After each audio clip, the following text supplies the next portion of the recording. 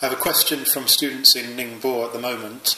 They are wondering about how they can sort out their housing for the third year when they can't physically sign a contract from Ningbo.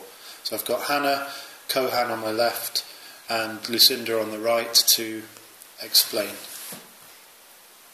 Yeah, so we had these questions as well before we went out to Ningbo, and I think one thing is that if you don't manage to get anything sorted in the year, don't worry too much, there are always houses left. You'll probably find something cheaper. It might not necessarily be your first choice, but if you don't, then it's not the end of the world. You'll find something when you get back. We all did it slightly differently.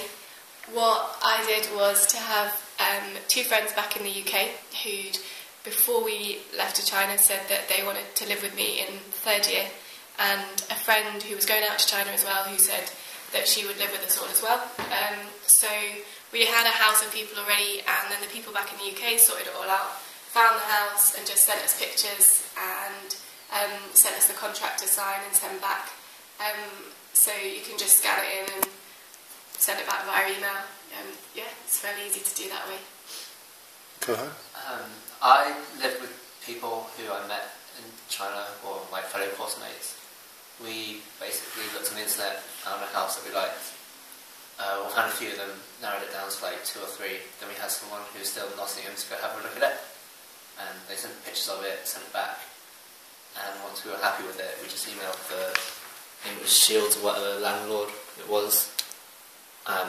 We just said, look, we're in China, we obviously can't sign the contract. And they're like, yeah, it's fine. So they sent us the contract, we printed it out and signed it.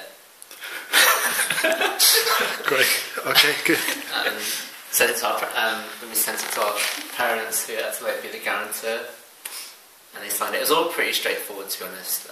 They have that sort of situation quite often. It's not just people in China; they have it like all around the world. Okay, so don't worry about it. Lovely. Okay, so Lucinda, do you have anything to add? Yeah, I mean, just to add a bit more to Hannah's point, there are plenty of houses in Nottingham. This year I'd just come back from Taiwan and I found my flat in Nottingham about a week before term started.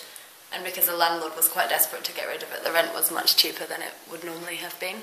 But yeah, don't worry about it, there's plenty of houses if you don't find anything. Okay, thanks very much, guys.